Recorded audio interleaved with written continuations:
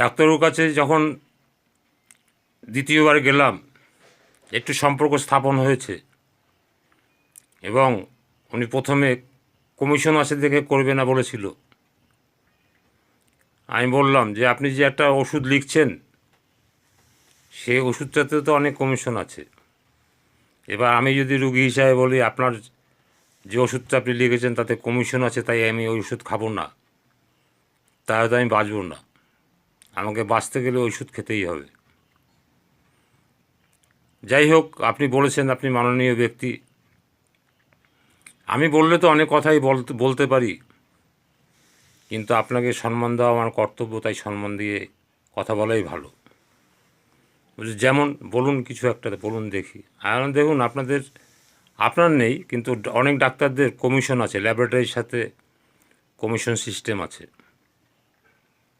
যে এতগুলো ব্লাড পাঠাতে পারলে, এতগুলো স্টুল, এতগুলো ইউরিন, এর একটা কমিশন পাবেন টেস্টিংয়ের জন্য। আপনি জানেন কি? আপনি তো বোধহয় নতুন ডাক্তার, তো আপনি এগুলো জানেন না। পুরনো ডাক্তার যারা, তারা এগুলো কিন্তু করছে। আপনি একটু খোঁজ নিলেই দেখতে পাবেন যে এক্সরেতে কমিশন পাওয়া যায়, ব্লাডে কমিশন পাওয়া যায়। বলছে আপনি এক্সট্রা কথা বলছেন। আর এক্সট্রা না, এগুলো আপনার জানা নেই, আমি জানি, কেননা আমি মেডিকেল লাইনে ছিলাম কিছুদিন এবং খামে ভরে কমিশন দিয়ে এসেছি। ডাক্তারদের নাম বললে আমি বলতে পারবো, তখন চুপ হয়ে গেছে।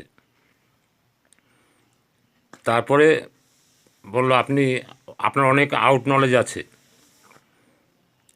তা উনি তো আমাকে বলেছিলেন যে আপনি দ্বিতীয়বার আসুন, আমি কয়েকটা পলিসি করব, মায়ের, ভাইয়ের, সেগুলো কিন্তু করেছিল। এইভাবে কিন্তু আপনাকে মার্কেট যাচাই করবে, যাচাইয়ের উত্তরটা আপনাকে সঠিক দিতে হবে।